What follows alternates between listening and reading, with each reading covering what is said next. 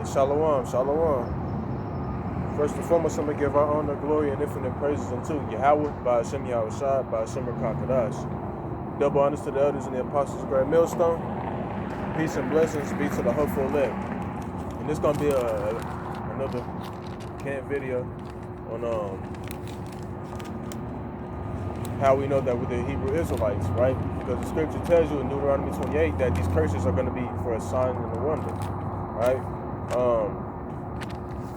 But before I get into that, let's go to Deuteronomy chapter 11.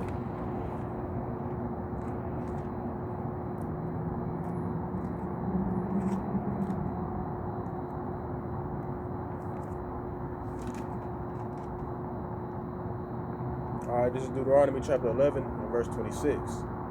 Behold, I set before you today a blessing and a curse. The blessing if you obey the commandments of the Lord your power, which I command you today, and the curse if you do not obey the commandments of the Lord your power, will turn aside from the way which I command you today, to go after other gods which you have not known. Right. So the Most High said that he was going to set aside Israel a blessing and a curse. A blessing if we choose to obey him and keep his law, statutes, and commandments, and a curse if we chose not to obey him. Right? And that's the reason why we curse today. Right? But before I get into that though, we're going to find out why we were cursed. Matter of fact, let's go to Deuteronomy chapter 28 and verse 15. Alright, this is verse 15. But it shall come to pass, if you do not obey the voice of the Lord your power, to observe carefully all his commandments and his statutes which I command you today, that all these curses will come upon you and overtake you. Right? So that's why we're cursed as a nation, because we chose not to obey the Most High and keep his commandments, right? That's why we're cursed today. And let's go to Exodus chapter 32. That's why we're cursed today, because we chose not to obey the Most High and keep his commandments. Let's see. Exodus chapter 32, and I'm going to start at verse 8. They have turned aside quickly out of the way which I commanded them. They have made themselves a molded calf, and worshipped it, and sacrificed to it, and said, This is your power, O Israel, that brought you out of the land of Egypt. And the Lord said to Moses, I have seen this people, and indeed it is a stiff-necked people. Right, so the Most High just said that we're a stiff-necked people. That's why Jake, that's why we're called hard-headed, right? Because our people don't like to listen to shit, they stubborn, right? And that's ultimately how we got into, how we got put under these curses, because our people were serving other, false gods and shit. What was it serving? Molech or something like that, right? Serving other gods and stuff. But we're going to jump into the curses real quick though, right? Because these curses are a sign that we're the true biblical Israelites, right? No other nations fit these curses. Let's go to Deuteronomy 28, and we already read 15, so let's go to 16.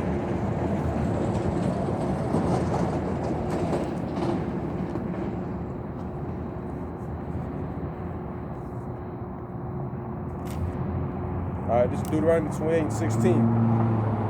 Cursed shall you be in the city, and cursed shall you be in the country.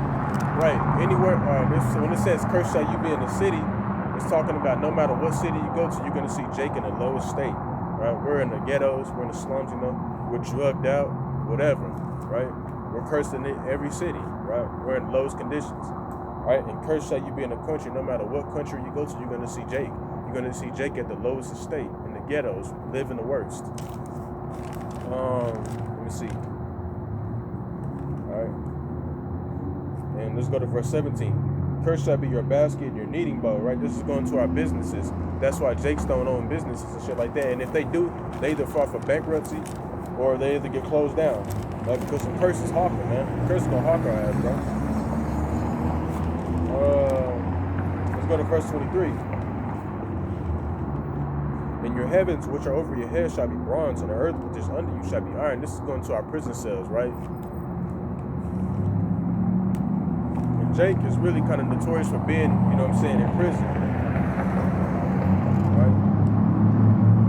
Let's go to 28. The Lord will strike you with madness and blindness and confusion of heart. And when it says madness, right? No matter where you go in the city, you gonna see the angriest, you know what I'm saying, nigga, so, you know, spick, whatever. Hey, niggas gonna be angry, bro. Me mugging you and shit for no reason. That's them curses, though. And blindness, right? Talking about how our people are, you know, are blind to this truth, blind to who they are. Our people don't even know who the hell they are. They still think they black, the color in the crayon box and shit, right? And confusion of heart, right? How come people are confused on the ways of Babylon, right? They're westernized. Let's go to 30. You shall betroth the wife, but another man shall lie with her. You shall build a house, but you shall not dwell in it. You shall plant a vineyard, but shall not gather its grapes. Right? And when it says you shall betroth the wife, and another man shall lie with her, it's talking about like back then during slavery, our slave masters, they would get our wives, and they would rape them right in front of us. Right? You shall build a house, but shall not dwell in it. Right? Back then during slavery, we'll build our slave masters' house, and we wouldn't be living in them. The only way you'll live in them is unless you was like, you know what I'm saying, a house nigga or whatever. And we're still building our houses today. You see Issachar out there building, Esau's buildings and shit, building their houses. Let me see what else. Salakia. You shall plant a vineyard, but shall not gather its grapes. Right. We're planting our crops back then. You can see Issachar, like it's big in Cali. They gather their they gather their grapes and their strawberries. Right? But they're not gathering them for themselves. They're gathering for Esau. Let's go to verse 32. Stuttered. Your sons and your daughters shall be given to another people, and your eyes shall look and felt longing with them all day long, and there shall be no strength in your hand. And this is talking about back then during slavery. You know, our daughters and our sons, our children, to be given or be sold on slave auctions, right? And they'd be sold into different other slave masters, right? And there wasn't a damn thing that we would do about it, right? Just, hey, watch our kids go. It was either do that or be put to death. Let's jump to 36. The Lord will bring you and the king whom you set over you to a nation which neither you nor your fathers have known. And there you shall serve other gods, wood and stone, and you shall become an astonishment, a proverb, and a byword among all nations where the Lord will drive you. Right. Being among these heathens, you know what I'm saying? We still are being called, you know what I'm saying? Well, we put it like this. Let me break this down first. A proverb is like every nigga is fast. Every nigga likes to eat watermelon. You know, every black person, he's ghetto. He or she's ghetto. They go to jail. They steal whatever. They're thugs, criminals, whatever you want to call it. And a byword among all nations where the Lord will drive you. And a byword is like nigga, spick, cool, porch monkey, things like that. Right? Savage. That's what they used to call the Native Americans. Those are what bywords are. Right? And those are placed upon us. Let's jump to 41. You shall beget sons and daughters, but they shall not be yours, for they shall go into captivity. Right? Because back then, we would be having, our women be having children. Right? But as soon as their children be born, hey, they'll be sold on the slave auction quick. Right? Jump to 43. The alien who is among you shall rise higher and higher above you, and you shall come down lower and lower. Right. And the alien is talking about these other nations, these heathen nations, right? They're foreigners unto us. They're not a part of our nation, so they're considered aliens, right? But they're raising higher and higher in this society, right? And we're becoming lower and lower. They're gaining more profit off of us, right? We're still struggling and shit, trying to pay our light bill when we go into slave in 8 hours a day. Struggling to pay our bills and shit when we got a slave a whole last 8 hours for Esau. Alright, let's go to 44. He shall lend to you, but you shall not lend to him. He shall be the head and you shall be the tail. Right. They took everything from us, especially from Issachar. They took everything from us. Cattle, land, agriculture, whatever you want to name it. Resources, oil, hey, whatever, right? That's why we can't lend to them, because they took everything that we had from us, right? So they're lending to us instead of us lending to them, right? And he shall be the head and you shall be the tail, right? They're at the top of these heathen nations are at the top of the society, and we're at the bottom of the society. And if you ain't noticed, you know, a fucking Ishmaelite or a Moabite can come over here, and within a year, hey, he be put on the business. He be banking and shit while Jacob's here his whole life and barely making ends meet.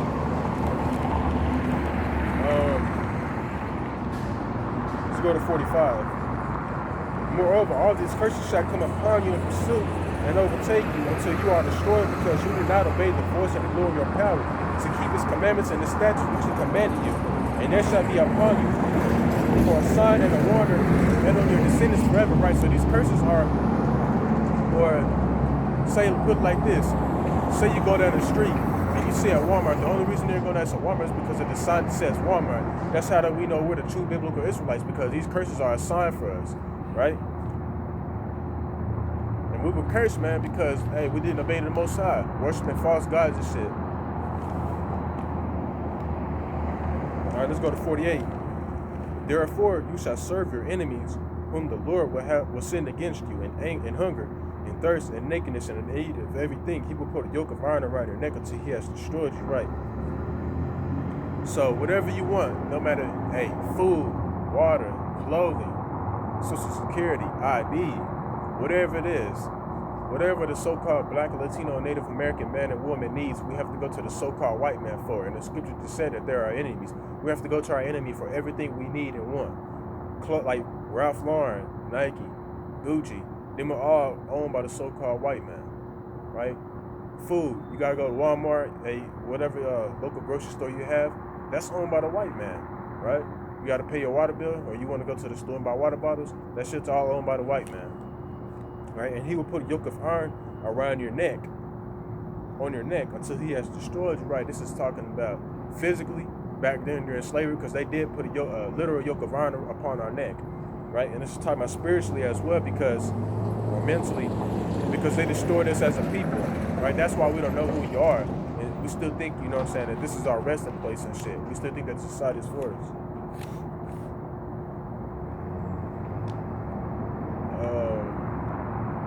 Let's go to 50. Right? And that's another sign that we know we're the true biblical Hebrew Israelites.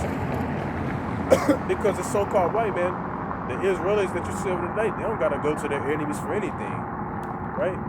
They're some of the some of the richest people in this world, right? They don't gotta go to anybody for nothing, but we do. Blacks, Latinos, Native Americans, we gotta go to our enemy for everything we want. They don't. That's how we know we're the true Israelites, right? A nation of fierce countenance which does not respect the elderly nor show favor to the young, right? So these fucking Edomites are brute beasts, man. They be doing, but back then they would cut our women, or they hang them upside down, cut our women open and take the babies out and slam them against the stones, feed our babies alligators as bait, so they can give them some damn boots, right? They don't care about our old or the young. They're a fierce countenance, a nation of fierce countenance, right? That's the Esau, he the fucking devil. You can see that today, killing us for no reason.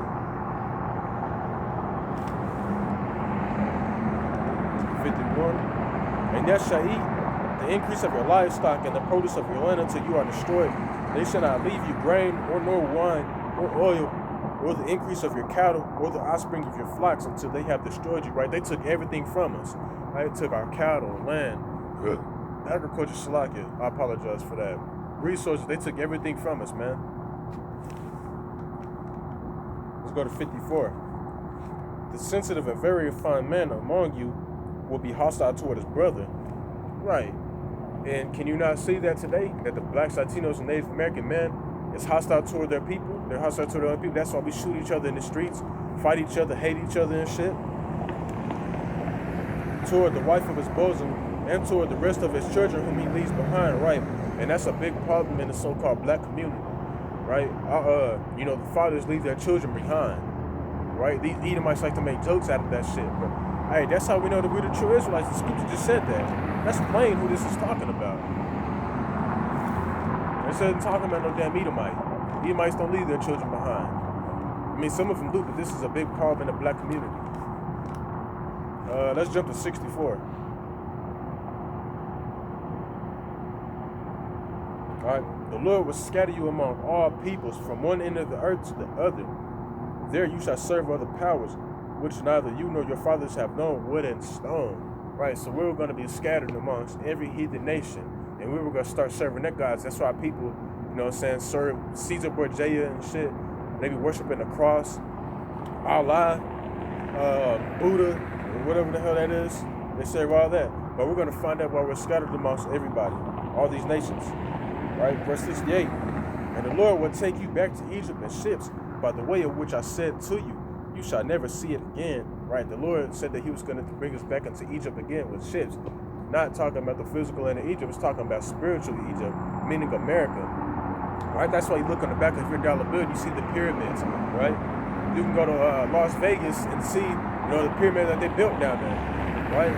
You can go, they've named the damn city after the city named Memphis in ancient Egypt, right? And it said you will never see it again. We're never going to see our, well, it says we're never going to see our homeland again, but we are. They're just talking about a period of time. And there you should be offered for sale to your enemies as male and female slaves, but no one will buy you, right? And this is only happening to the black and Latino and Native American man, right? We were going to be sold into our enemies, right, as male and female servants, right? And no man should buy you, meaning no one is going to save us out of our captivity. All right, let's go to the Apocrypha real quick. So these curses are a sign and, wonder. Right? These are a sign that we're the true Israelites.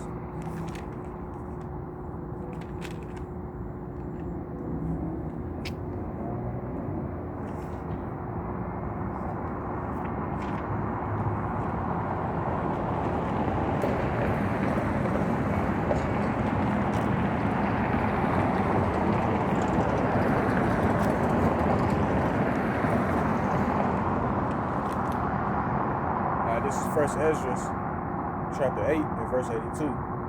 And now, O Lord, what shall we say, having these things? For we have transgressed thy commandments, which thou gavest by the hand of thy servants, the prophets, saying, the land which ye enter into to possess as an heritage is a land polluted with the pollutions of the strangers of the land, and they have filled it with their uncleanness, right? And that's what's going on today. We got what's the fucking Amalekites over there right now in our land, right? They're polluting, they're having gay parades and shit over there. That's another scripture for that, yo. Let's go to Jeremiah chapter 14 and verse 2 to prove that the so-called, or to prove that the Jews, the real Jews, are so-called black people.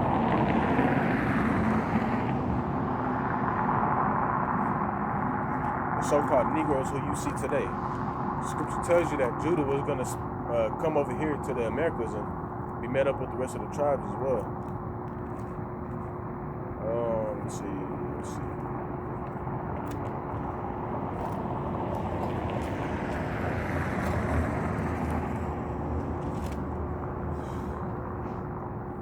All right, this is Jeremiah 14 and 2.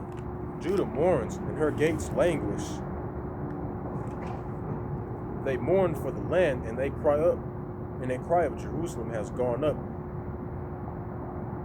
Their nobles, Salakia, hold on.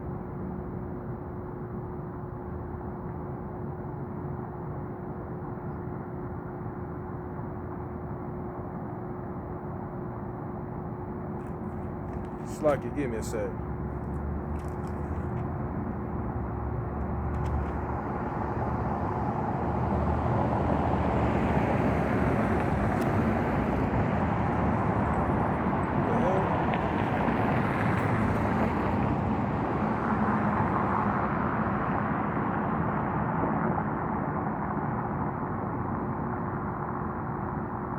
Damn, that's crazy. It's not even in here. It tells you that, in the King James Version that the tribe of Judah are black unto the ground. And the word Jew comes from the tribe of Judah, right? But the point is that the Jews are black unto the ground, right? Who you see today is the so-called Negroes, right? They say that the Jews over there in the land of Israel today, but that's not true because the scripture just said, you know what I'm saying? The scripture says that, the tribe of Judah are black unto the ground. They're not black, they're red. But yeah, that's crazy. This is the New King James Version, but it's not in here. What the hell? Hey, we're gonna move past it though. I ain't worried about it.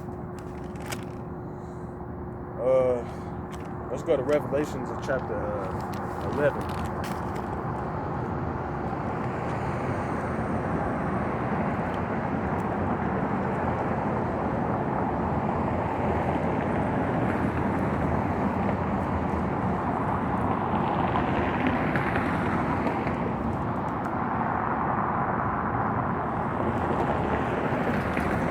This is Revelation chapter 11, and we're going to start at 8. We'll start at 7. When they finish their testimony, the beast that ascends out of the bottomless pit will make war against them, overcome them, and kill them. And their dead bodies will lie in the street of the great city, talking about America, which is spiritually called Sodom and Egypt. Right. America is spiritually called Sodom and Egypt because, back then, Sodom, it was, land, you know what I'm saying, or a city, I guess you could say, with a bunch of faggots and shit, just like how America has, right? In Egypt, if you go to Exodus chapter 20 and verse 2, it tells you that word Egypt means bondage, right? And we're in bondage. The Israelites are in bondage today, right? That's why it's called spiritually Sodom and Gomorrah. Right? Because it's the land of our captivity, and it's a land of transgenderism and faggotry and shit, right? Then those from the peoples, tribes, tongues, and nations will see their dead bodies 3.5 days. Not allow their dead bodies to be put into graves, talking about 350 years, not talking about, actual 3.5 days. And those who dwell on the earth will rejoice over them, make merry and send gifts to one another, because these two prophets tormented those who dwell on the earth. Now after these 3.5 days, the breath of life from Yahweh entered them, and they stood on their feet, and great fear fell on those who saw them. Right. The breath of life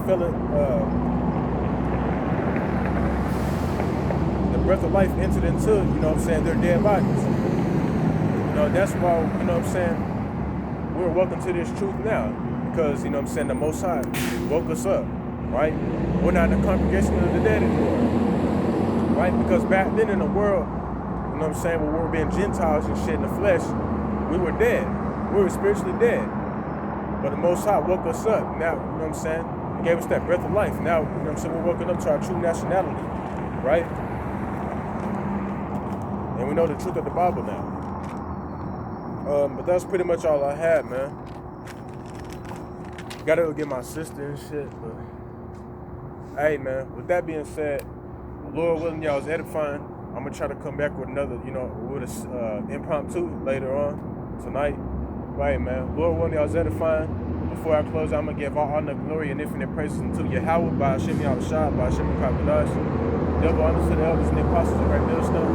Peace and blessings be to the whole elect. And all the brothers that are pushing this truth and sincerity, man. Hey, shalom, brother, and keep pushing.